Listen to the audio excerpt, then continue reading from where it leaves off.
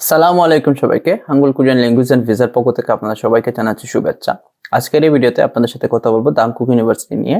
এখন থেকে বাংলাদেশের শিক্ষার্থীরা দাংকুক ইউনিভার্সিটিতে আন্ডার গ্রাজুয়েট অথবা কোরিয়ান ল্যাঙ্গুয়েজ প্রোগ্রামে অ্যাপ্লাই করতে পারবেন। যারা আন্ডার গ্রাজুয়েটের জন্য দাংকুক ইউনিভার্সিটিতে অ্যাপ্লাই করতে চাচ্ছেন তাদের এসএসসি এবং এইচএসসি জিপিএ মিনিমাম 3.5 এর উপরে থাকতে হবে এবং আইএলটিএস এ মিনিমাম 5.5 থাকতে হবে। দাংকুক ইউনিভার্সিটিতে আন্ডার গ্রাজুয়েটে 3টা সাবজেক্ট আছে, এগুলো হচ্ছে business administration, mobile systems engineering এবং বায়ো অ্যান্ড ম্যাটেরিয়ালস ইঞ্জিনিয়ারিং।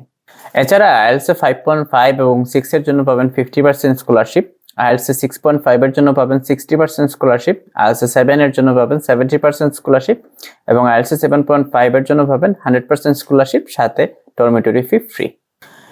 এছাড়া যারা আইএলটিএস ছাড়া দাংকুক ইউনিভার্সিটিতে কোরিয়ান ল্যাঙ্গুয়েজ প্রোগ্রামে অ্যাপ্লাই করতে চাচ্ছেন তাদের এসএসসি এবং এইচএসসি জিপিএ 4 এর উপরে থাকতে হবে। সেক্ষেত্রে আপনারা 2 সেমিস্টারের টিউশন ফিস এবং ডরমিটরি ফি দিয়ে আসতে পারবেন।